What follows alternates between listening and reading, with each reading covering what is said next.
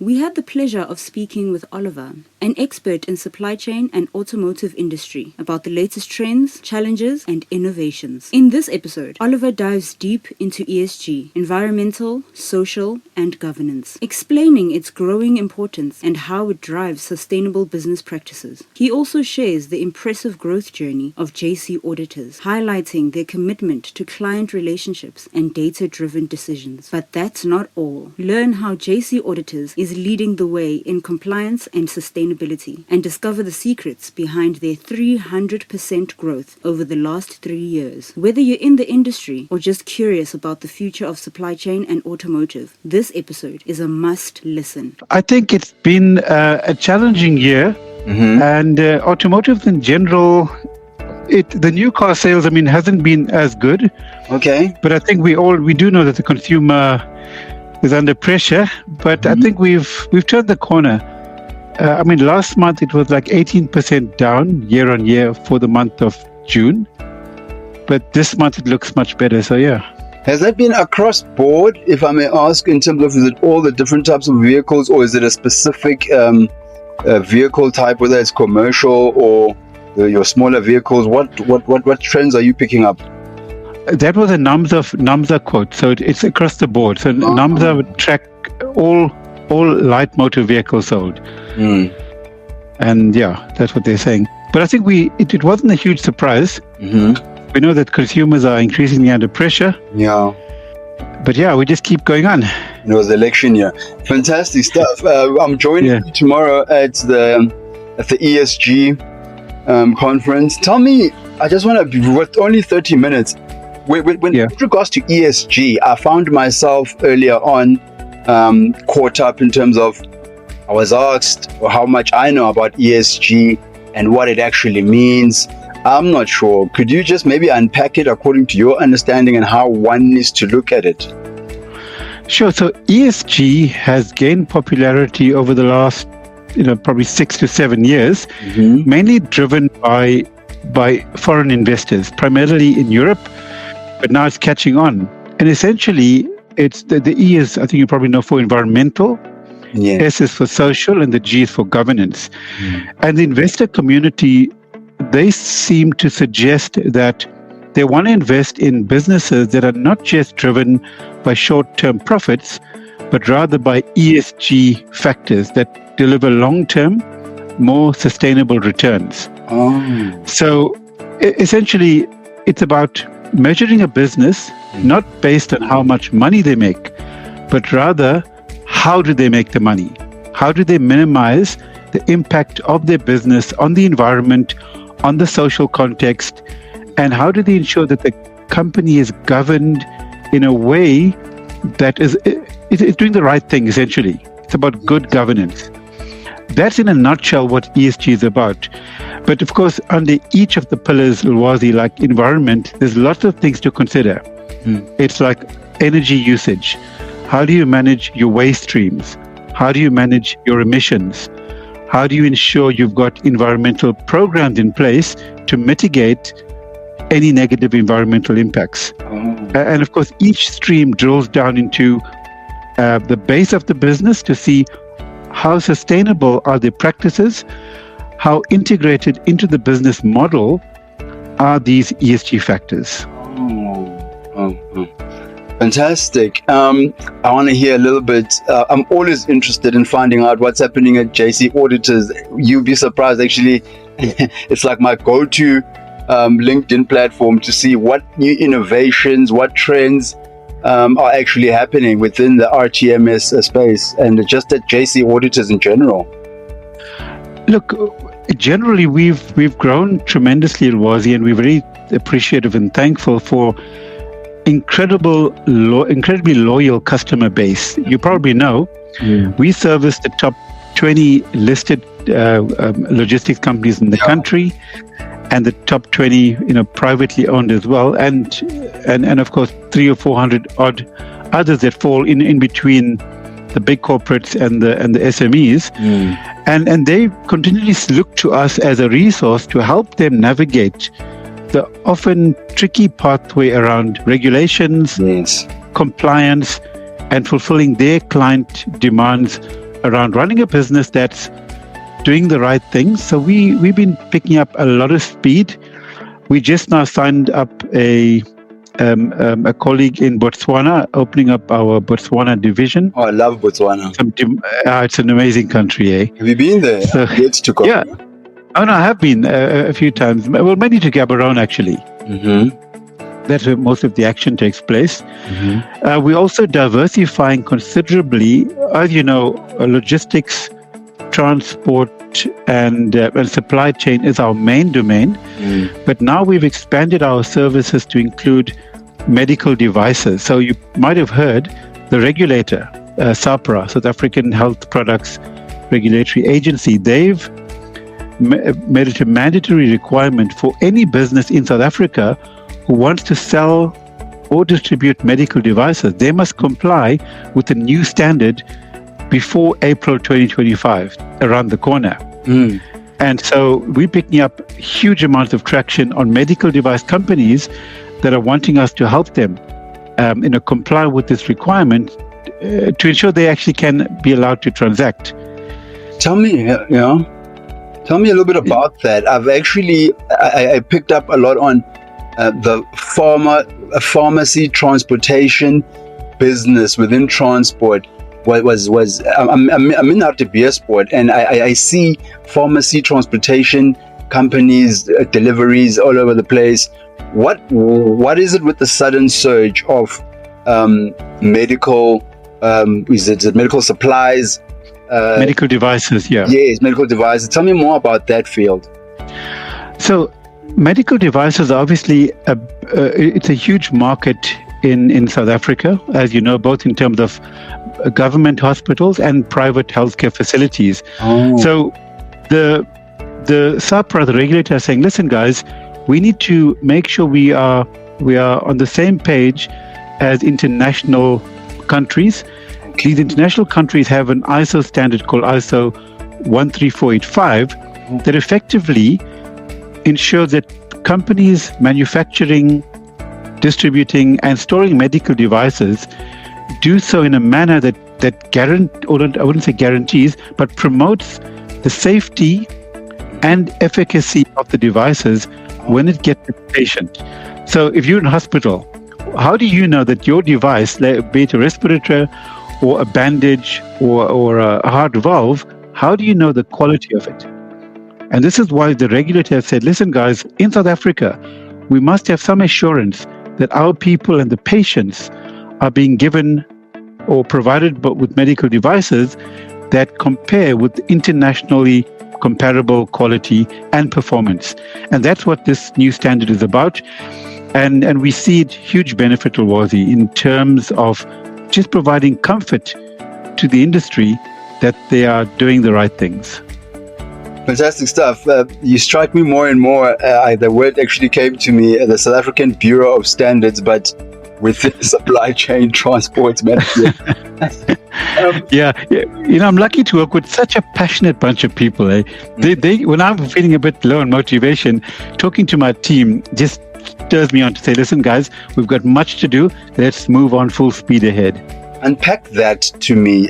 Teamwork, especially with the niche industry that you're in, and how it has impacted your rapid growth. This is something most business people, whether you're a startup or you've been there for a long time, rapid growth is something that, few businesses actually tend to experience at the rate that you might be growing. And also looking at the fact that you are diversifying your product offering.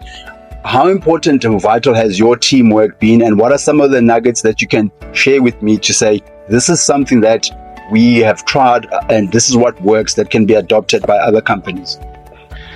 Wally, before I come to teamwork, the biggest thing in my view, what's allowed us to grow, we've grown 300% over the last 2 years.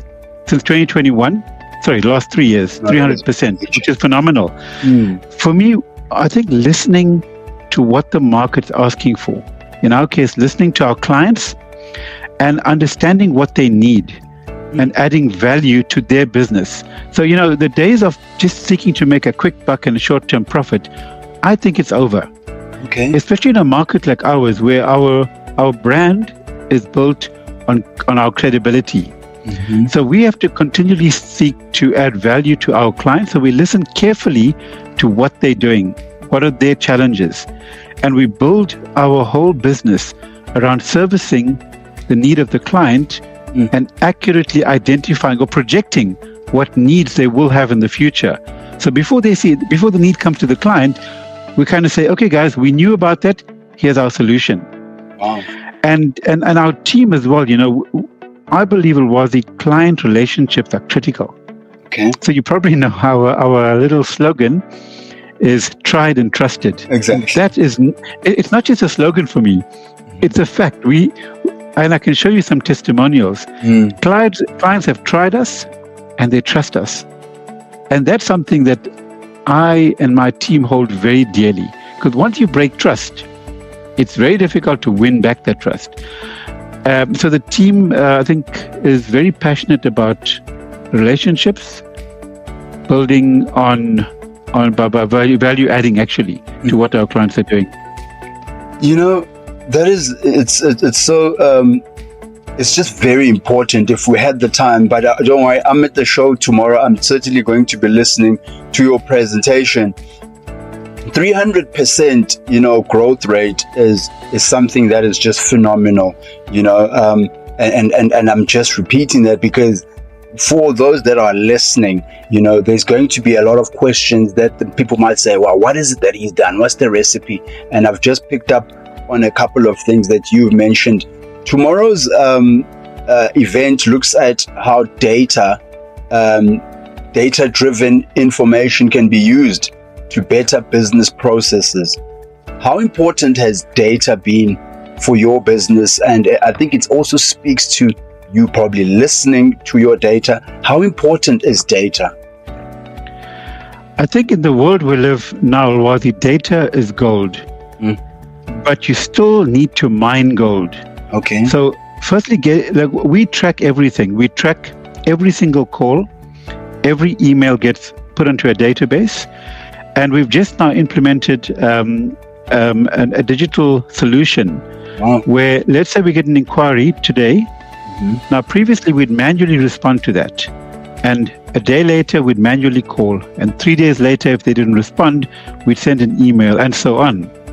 Now, for every inquiry we get, we put it into a digital platform on our server that prompts an automated response at a certain frequency. So there's a continual engagement with the client until they come back to us and say, listen, we need this or we need that. And then we convert it into what we call a lead. And from the lead, obviously, a sale or a quote or an invoice gets processed. So the data is crucial. You want to know what's your client need, which sector is he or she in, what position are they holding, what assistance do they need. So we track all of those factors, and after tracking the data, we then analyze the data, we determine where does it go, and we put it onto a platform, and the platform then starts the hard work of engaging with the client. And the old adage, what does it say? You cannot improve what you don't measure, and you cannot measure without data. So having the data helps you to measure, and the measurement then informs your decisions, and your decisions determine the destiny of the business. Absolutely. That speaks to another thing that I hear a lot. They say to be lucky or to be in business, to get started is only the beginning, but staying there and maintaining is one of the things that can be very, very challenging. What would you say has worked for JC Auditors in terms of staying in such a competitive market and diversifying in such changing times, in such a short space of time? What's your recipe been in terms of adapting, Wazi, I'm a big football fan. Okay. And I always say, you're only as good as your last game. And our team knows we might have done fantastically well over the years and even yesterday. But today we start all over again, being innovative, thinking out the box, being creative. So you've got to have that very creative, innovative mindset that's dynamic. You cannot say, listen, guys, here's our system. It's worked for us. Let's keep it going. We say, the system's worked for us, yes, but how can we make it better? How can we digitize it? How can we innovate and improve on it? Is there something we're missing? So the guys know. I mean, I make a joke in the office. You can come to work tomorrow if your performance today has been good. But it's lighthearted, but essentially it's about tomorrow's a new day. Today's over. We need to innovate, and we need to be at the top of our game, because if we don't, somebody will shoot us down quickly. Absolutely. And if you think about like Kodak, yes, at once they were the top of the game, the number one leading brand by far. Nokia cell phones. Who remembers them nowadays? Nobody. And they obviously, so I think we've got to teach, I think, business at large, but especially the new entrants to the market. Once you gain success, don't think you're arrived, because then you lose traction quickly. You've got to keep your innovative spirit up, and that initial entrepreneurial drive, you've got to maintain that. Fantastic. My last question to you, just over 5 minutes left. I'm looking at how you've diversified, and I'm sure a lot of skills have come in, changed, been involved. You had to maybe add some skills, take out some skills with the whole digital transformation happening. What can you tell me about the types of skills that you started off needing, and the type of skills that maybe might have changed, and the skills that you see now that could aid young people to say, going into the future, these are some of the skills that are going to be critical to get into an industry like ours?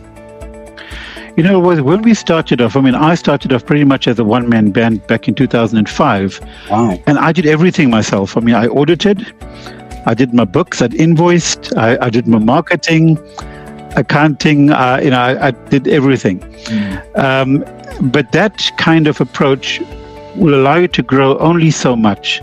Okay. And at some point, you've got to think of scaling the business, taking on other people that have the right technical skills, which is important. Relational skills we spoke about there as well. And as your technical team grows, you'll find you'll need to look at the next jump, which is scaling to the next level. And that involves digitizing. In other words, automating processes that are manual and routine. So it allows your team to not be so bogged down by day-to-day mundane activities, but rather focus the energies on creativity, on talking to clients, on not running the system, but improving the system. So look, I'm saying it like it's a clear process. It's not. Along the way, there's a lot of twists and turns. Sometimes you take the wrong road. You figure it out, you come back on the right road, and it's not a silver bullet. You make many mistakes along the road, and I think mistakes teach us much more than success, because mistakes say, don't go down that road, it hasn't worked. So I think mistakes are something which people don't generally like, because we feel like we failed. But in my view, mistakes, in certainly our context, it's been a guiding light to show us what we shouldn't do, and to continually try doing things. You might try 10 things, 8 might fail, but the 2 that succeed will push you so far ahead that the 8 failures would have been worth it. Geez, Oliver, we've come to the end of our conversation, but I must say this, that every time I talk to you, you leave me with the feeling of, I wonder what he's going to be up to the next time I talk to him. Watch this space. I had a meeting with the UK AI company today. Wow. It's new technology, and look, it's a long way ahead, 6 to 8 months from now.